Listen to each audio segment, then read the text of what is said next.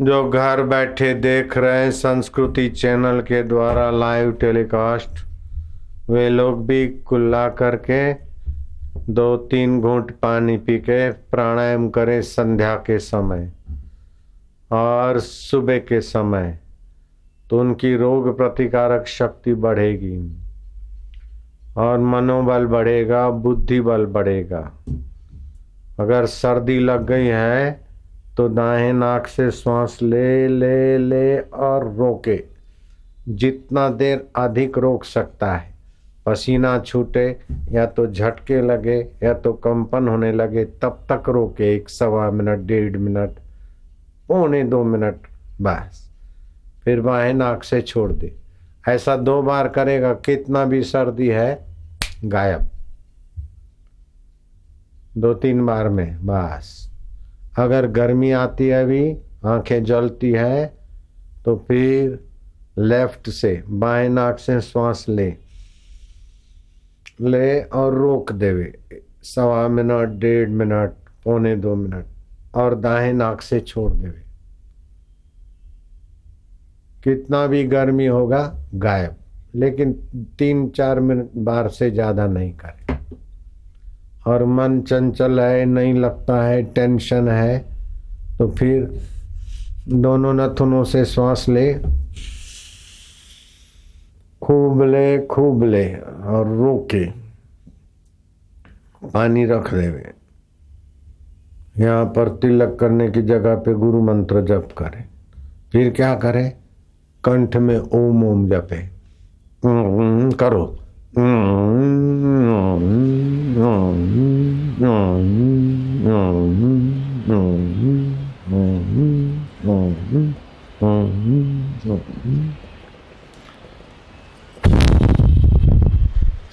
चिंता दुख फूंक मार के बाहर निकाल दे। बस रुको, फिर से श्वास लो, लो लो लो लो लो लो लो और लो। भगवान का नाम जप करो, गुरु मंत्र जप करो।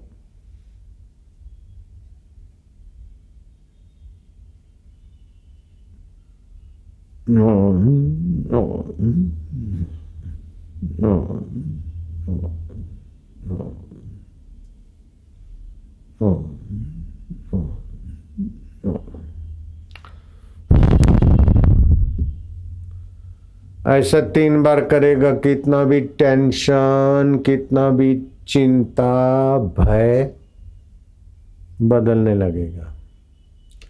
मेटत कठिन कुअंक भाल के, भाग्य के कुअंक मिटाने के लिए भी भगवान की भक्ति और गुरु मंत्र का जाप, भाग्य की रेखाएं बदल जाती।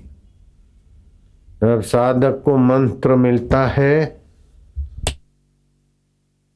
जैसे घर में पावर हाउस का लाइन से लगकर केबल आता है पतला भी, तो फ्रिज पानी ठंडा, गीजर गरम, टीवी रंग दिखाएगी और पंखा हवा देगा, टिल्लू पंप पानी फेंकेगा, लाइट का करंट अथवा जनरेटर का खटखट सब को जान दे देता है।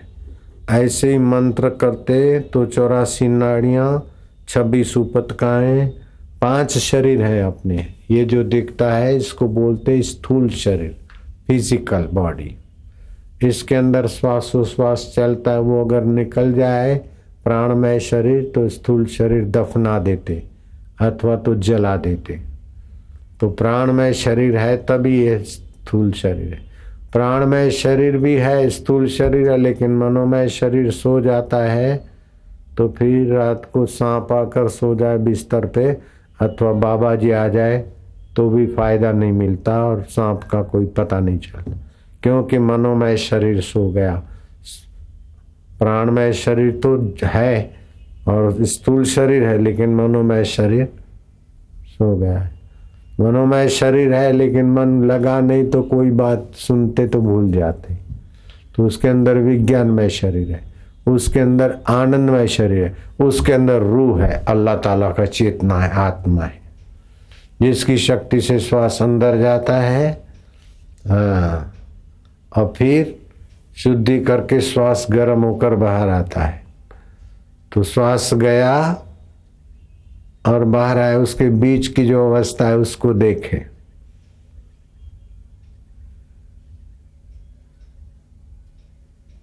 श्वास गया, उसमें भगवान का नाम, बाहर आया तो गिनती।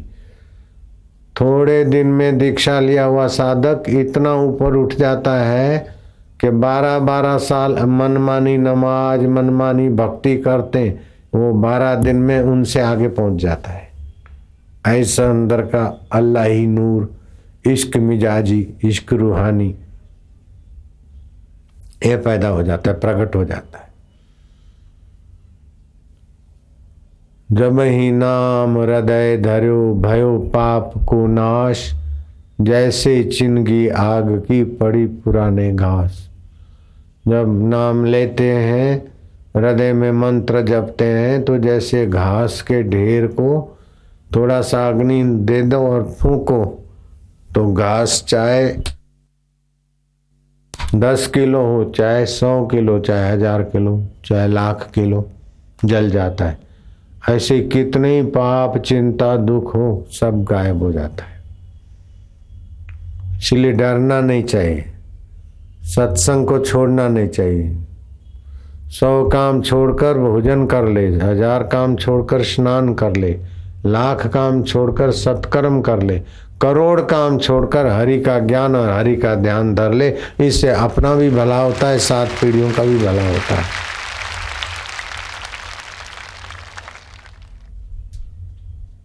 एक घड़ी आधी में पुण्याद, तुलसी संगत साधकी हरे कोटि अपराध। जिन्होंने मंत्र दीक्षा लिया है उनको 33 प्रकार के फायदे होते। ये 5 शरीर शुद्ध होते हैं, 84 नाड़ियां शुद्ध होती है, 26 उपतकाएं शुद्ध होती है, भाग्य की रेखाएं बदलती है, रोग प्रतिकारक शक्ति बढ़ती है। पहले जितना दुख में डरते थे अब दुख इतना नहीं दबाता, पहले जितना सुख में फिसलते और विकारों में गिरते अब उतना नहीं होता, और पहले जितना घर में बीमारी और परेशानी होती अब उतनी नहीं होती। तो किसी को कोई फायदा 50%, किसी को 60, किसी को 90%, लेकिन फायदा होता है 33 प्रकार का। जिन्होंने मंत्र दीक्षा लिया है और फायदा हुआ है तो हाथ ऊपर करो। फायदा होता है ना? क्यों मियाँ? मंत्र दीक्षा लेने के बाद फायदा हुआ है? हाँ ठीक है। जिन्होंने मंत्र दीक्षा नहीं लिया है और लेना चाहते हुए हाथ ऊपर करो तो। मंत्र दीक्षा नहीं लिया है, हाथ हिलाओ तो। अच्छा,